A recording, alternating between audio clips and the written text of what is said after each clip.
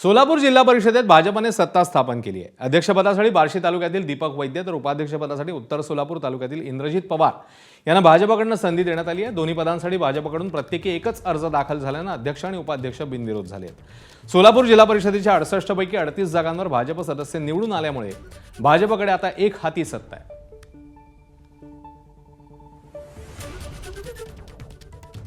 आज भारतीय जनता पार्टीनं माझ्यावर पूर्ण विश्वास देऊन अध्यक्षपदाची निवड केली।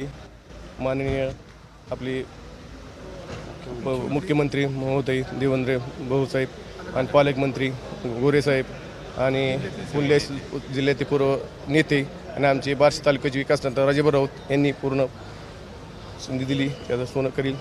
एकनिष्ठ कार्यकर्त्याला पार्टीने संधी दिली आहे। सगळ्यांनी मला काम करण्याची संधी दिली, त्याबद्दल मी सर्व नेत्यांचं आणि भारतीय जनता पार्टीच्या कार्यकर्त्यांचं जाहीर आभार मानतो। 100% भारतीय जनता पार्टी कार्यकर्त्याचं चीजच करते, हे माझ्या अनुभवातून आता पुढे आलं। एबीपी माझा, उघडा डोळे बघा नीट।